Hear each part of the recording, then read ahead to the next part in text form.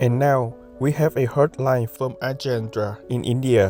परम प्रिय गुरुवर, मैं आपको 2012 में मेरे पिता के कैंसर से गुजर जाने की कहानी बताना चाहता हूँ। भले ही वह शुरू में यह नहीं समझ पाए कि मैं आपके या किसी मार्ग का अनुसरण क्यों कर रहा हूँ, फिर भी उन्होंने मेरे अभ्यास में हस्तक्षेप नहीं किया।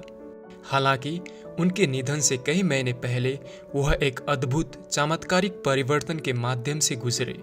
70 वर्ष से अधिक की आयु में वे वीगन हो गए और ध्यान की सरल विधि का अभ्यास करना शुरू कर दिया। भले ही उन्हें पहले अध्यात्म में कोई दिलचस्पी नहीं थी और वह पशुजन का मांस खाते थे, साथ ही कई दशकों से धूम्रपान और शराब का भी सेवन करते आ रहे थे। और इससे पहले कि वह शैय्याग्रस्त होने वाले थे, उन्होंने मुझे बताया कि 2 अलग-अलग मौकों पर जब अपने कैंसर के बारे में उन्होंने परमेश्वर से प्रार्थना की, दोनों समय गुरुवर उन्हें सलाह देने और सहज महसूस करवाने के लिए प्रकट हुए। तभी उन्हें पता चला कि गुरुवर ही ईश्वर हैं। सबसे खूबसूरत बात उस दिन से होने लगी। उन्हें आपसे पूरी तरह प्रेम हो गया। जब भी वह आपकी तस्वीर देखते, वह पूर्ण रूप से शैय्याग्रस्त होने के बावजूद आपके आगे सिर झुकाने की पूरी कोशिश करते। एक बार हमने गुरुवर का एक पोस्टर उनके बिस्तर के सामने वाली दीवार पर लटका दिया था, ताकि वह जब चाहे गुरुवर को देख सके।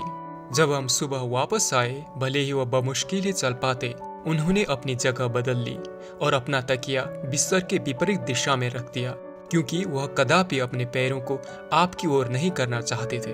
अंतिम सप्ताह में जब मैंने उनसे आपके बारे में बात की, उन्होंने मुझे बताया कि वह गुरुवर को हर समय हर जगह देखते हैं। वह जहाँ भी देखते हैं, उन्हें हर जगह गुरुवर ही नजर आते हैं। फिर उन्होंने मुझसे कहा, तुम लोगों को यह एहसास नहीं है कि गुरु को पाकर तुम कितने भाग्यशाली हो। अपने जीवन के अंतिम महीनों में उन्होंने गुरुवर के प्रति असीम सच्ची प्रेम और भक्ति विकसित की और इसने उन्हें पूरी तरह से बदल दिया। पृथ्वी पर अपनी आखिरी रात में उन्होंने सुबह करीब 4 बजे मुझे बुलाया और बताया कि पूरा कमरा रोशनी से भरा हुआ है और पूछा कि क्या मैं भी उसे देख पा रहा हूँ, लेकिन मैं नहीं देख पा रहा था। अगले दिन जब मैं उनके कमरे में गया तो उनकी आंखें ऊपर की ओर देख रही थीं और उन्होंने सांस लेना बंद कर दिया। उन्होंने अपना शरीर त्याग दिया था। मैंने देखा कि गुरुवर का बौद्ध मंत्रों का जाप 24 घंटों के बाद भी एक MP3 प्लेयर पर चल रहा था। भले ही उस उपकरण की बैटरी आमतौर पर केवल 6 घंटे ही चलती है। मैं अपने पिता के सामने ध्यान करने बैठ गया और मैंने देखा कि 2 स्वर्गदूत उनके शरीर पर आए और उनकी आत्मा को ऊपर ले गए। उसके बाद बौद्ध मंत्र बजना बंद हो गए। मैं गुरुवर और उनकी दिव्य कृपा के प्रति बहुत आभारी हूँ। उन्होंने मेरे पिता की देखभाल की और उनके आत्मा को बचाया और उन्हें पूरी तरह से अंदर से बदल दिया। वह परिवर्तन और उसके अंतिम दिनों में घटी घटनाएं चमत्कारिक थीं। मैं ईमानदारी से प्रार्थना करता हूँ कि सभी प्राणी गुरुवर की शिक्षाओं की ओर ध्यान दें और गुरुवर की सर्वशक्तिमान शक्ति और प्रेम की शरण लें। सिवाय गुरुवर की कृपा के इस जेल से बाहर आने का कोई रास्ता नहीं है। गुरुवर, तहे दिल से आपको धन्यवाद। यह वर्णन करने के लिए पर्याप्त शब्द नहीं है कि हम कितने भाग्यशाली हैं कि हमें ऐसे गुरुवर और उनका ऐसा प्रेम मिला है।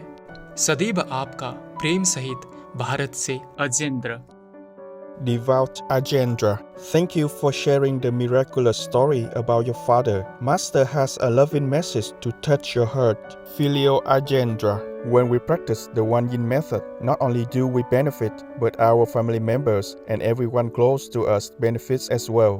Our meditation affects everything and everyone around us and radiates into the world. If you could see how impactful it truly is to practice meditation on the inner heavenly light and sound, you would be in awe. I hope all who have received initiation practice very diligently and pray to quickly transform the earth to bring about a vegan paradise. May you and the good Indian people bask endlessly in the glory of God's blessing. Love you forever.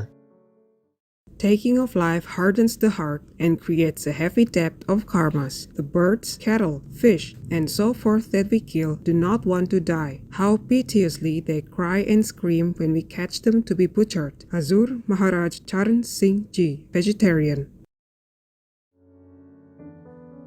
We welcome your hotlines, stories, and or cute loving animal people clips. Please send them via suprememastertv.com/hotline.